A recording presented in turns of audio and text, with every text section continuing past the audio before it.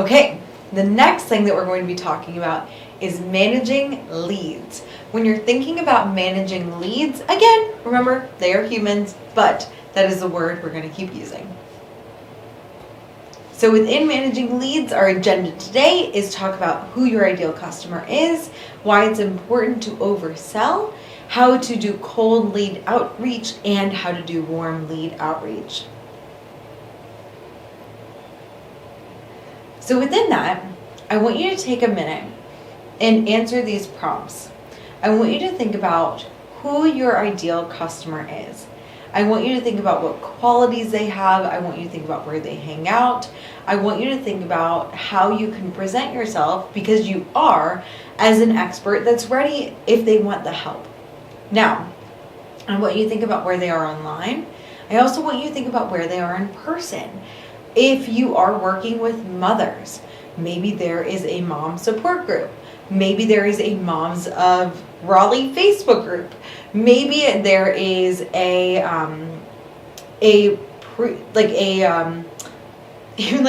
was just thinking about like a gyno office that is women. Those are places, and physical places and online places where your person is. What we want to do is we want you to be with your ideal person, and you want to be giving them value in a place where they feel comfortable so that you can help them. Another thing that you could think about is collaborating with people who are serving your client in a different way. So one of the things that I did is I was like, who are business owners going to? Who do they need that's serving a different purpose in their business? Accountants. So I have my accountant and another accountant that works solely with entrepreneurs. I have partnered with them, and I'm like, hey, if you one is for 7 figures and one is for the first income. I'm like, hey, if I get people, I will refer you. If you get people, will you refer me? It can be a nice symbiotic relationship, or podcasts and things like that are great ways that you can pitch yourself too. So within that, here's the reason why it's important to continuously think and serve people even when you get to be fully booked. So what happens is a lot of the times we set expectations on our clients. We think that if a client has started with us, they will finish with us, which is not always the case. Sometimes they'll complete the journey early. If you have a 6-month program, sometimes people will be like, hey, I am actually only here for a month, surprise! And you're like, great. I was thinking that I was going to have a lot of people, and now I don't. Another thing is, some of my favorite humans, I thought that they were going to continue working with me, and they decided they got exactly what they came there for, and it was amazing, but they are done. And that's okay too. You want to make sure that it doesn't mean that they didn't get phenomenal results. It doesn't mean anything bad about you. I've had people ghost me right in the middle, and I'm like, oh, well, that's a very interesting thing. But it doesn't mean that you didn't do your job. It just means that currently their needs are met, and we're going to trust that they're going to be taken care of and work on feeding your business, bringing in more people to your business as well. The other thing is, a thing that we do is we set expectations. So we're like, oh, okay, so we, on the webinar, they totally loved it. They're participating. They're coming to every webinar. They're totally gonna buy. And there are those people who, literally since I started my business that are following me, they've been, just involved, and they've never bought. And so it's we do not want to have the expectation that they're going to be a customer. The other thing is, people will be following you for a long time, and when you get to your business and you've had your business for a while, like I have, people know what I do. My billboard is up. It is ready for them. And the problem is, I would like to have more new people coming in so I can replenish my audience. If you think about it's just what do they call it? The candy dish. It's you want to replenish the candy dish, so that's what your business is like. That's a weird analogy. Don't use that analogy, but You know what I mean? And then you want to add more potential new customers to your business in that way. It's like, so how do we solve for this problem? If that is the situation, we need to solve it by nurturing your current humans and meeting new humans. We want to make sure you're nurturing your warm, meeting new cold. So what happens is I want to create a process and a protocol, a system for you so that you can actually have people constantly coming in and you don't have the situation where you're like, oh, I'm about to do a webinar. I'm like, oh, now I'm talking to my people.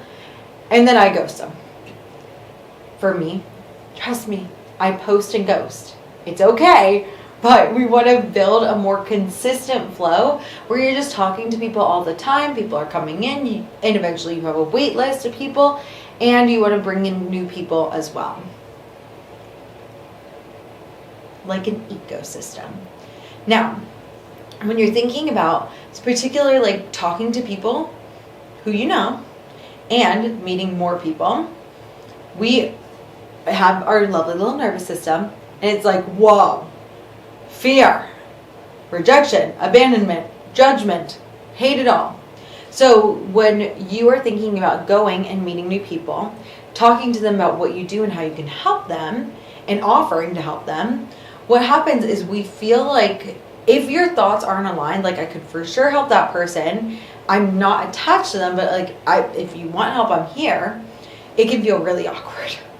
Like really awkward. It can feel really weird. The other thing is that we're scared that people are going to judge us and think negative things about us, so we just avoid it at all costs. So what you have to do is think about your motivation. That is what we have here in the motivational triad. Your brain is always going to default to this, and your primitive brain is running the show 80% of the time.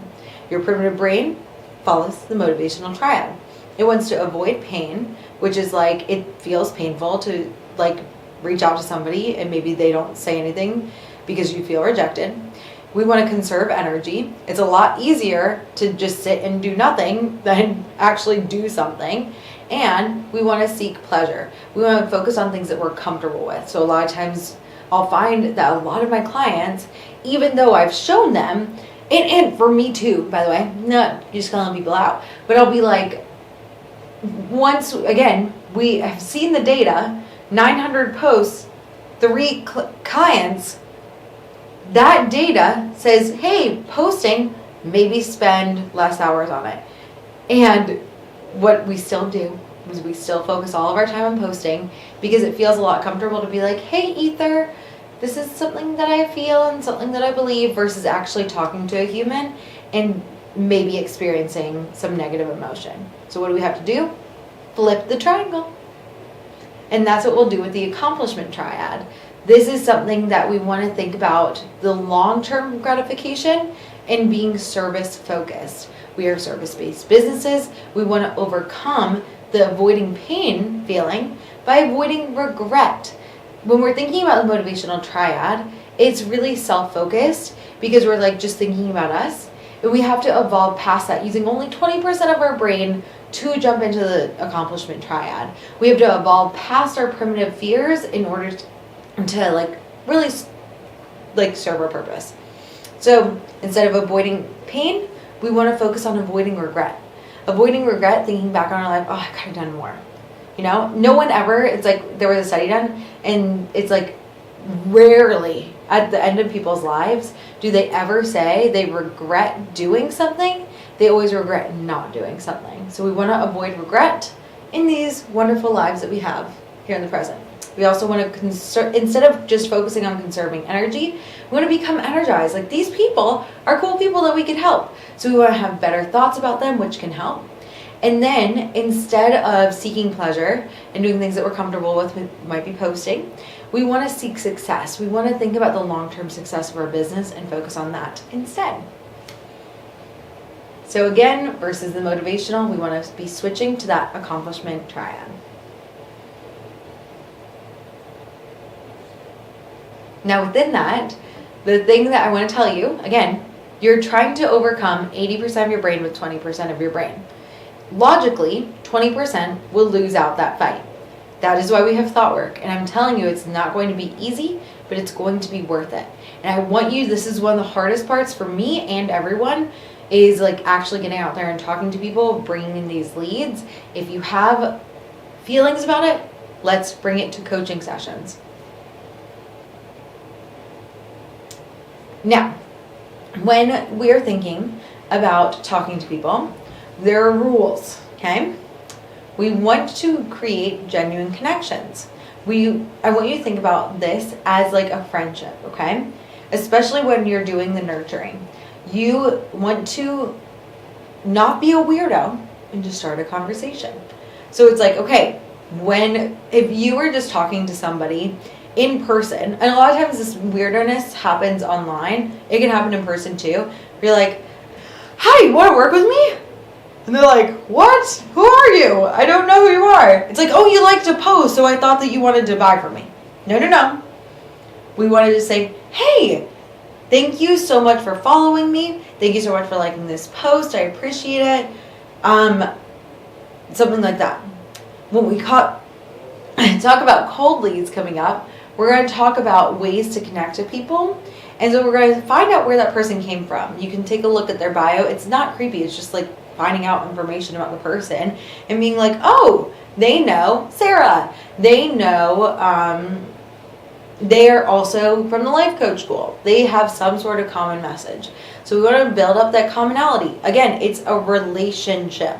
So we want to be able to build that relationship. Then you want to build interest and just be like, tell me more about you.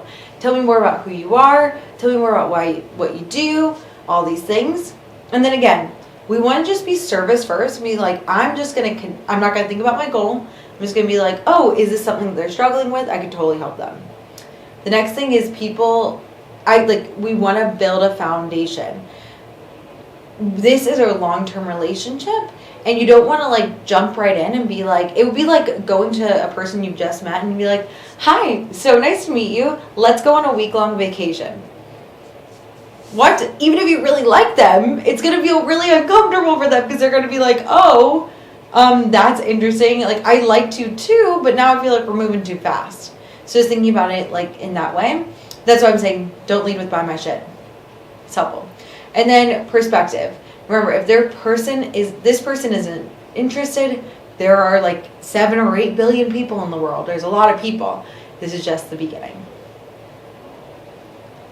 So a good feeling for me is committed. I'm committed to having a 6-figure business, but I'm not attached. I don't know who this person's going to be. And it's so funny. Usually what happens is I'm reaching out to people and other people come in. So you want to be committed to the goal, but not attached to the individual humans. Now within that, we want to look at cold leads on Tuesday and Thursday. Now again, all these things are just suggestions. You'll see when I show you my spreadsheets and things like that, when we're coaching together, I have zeros for outreach a lot of the time. It's not about doing it perfectly, it's just about putting out some effort. So that is where you can think about people who have common interests. When I was doing general coaching, I was like, oh, people who went to the same yoga studio. That was a place of common interest. People who are in the same groups, in the Women's Social Club as a group, the education and certification, the life coach school, or any people that are local in your area, people who are in the Raleigh-Durham area. Those are all places I looked at. Then on Monday, Wednesday, Friday, what I want you to do is think about working with those warm leads. That means that these are people who you had a conversation with about whatever you serve with them. These are people these are people who could be potential customers. And then also your hot leads, people who have purchased in the past, people who have been a part of the purchasing process before and maybe didn't buy, they were not now. People who are participating in interest, people who are liking your social posts, people who are participating in your Facebook group, or people who have done webinars. We're going to create a spreadsheet of both of those people. And this is what it's going to look like. So, what I like to do, 30 minutes in the morning, when I'm following this system, which I don't always do because it's not about getting it perfect, it's just about understanding the structure of it. You want to talk with nurturing. So that's when you've got a spreadsheet, and then you'll see on there, the first one is going to be people, and it'll be like, you'll have the first name, last name, and then you'll have the first date you talked with them, the last date you actually talked with them, and some notes about them. And like where they are. If they're like, oh my God, I want to book a consult, things like that, that will all be on there. Then so that is what you're going to do, is just like, hey, check in with a question. Hey, like, I want to see how you're doing. A lot of times it's just about like being like, hey, how are you? I miss you. Like, especially like with my former clients, that's what I'll do. And it's just really beneficial to do that. Tuesdays, Thursdays, that's when you're going to do the outreach. This is when I put the name of something that I'm typically following, or this could be like a networking event, and you just put down the emails or business cards, the information of those people that you had the event with. And this is where you're like, hey, go to the Instagram maybe of them. If you were looking at like First Me Core Power Yoga, I would go down, I would find the public people, I would watch maybe their story, respond to their story with a question, because then that implies that they would want to respond and say like, oh, like, where is that? Or something like that. Oh, it's like, I love that dress, where'd you get it? Something like that, just to start a conversation and be like, also, not trying to creep, but I think we have this common connection. We want to do that to the people that you like have an actual relationship with. Now, the reason why this is important is it's not necessarily about these people. In fact, the majority of the time when I'm selling something, it is never people that are actually on the list. But when you are actually interacting with people, particularly on social media, what happens is the purpose of social media is to be social. It's to have relationships.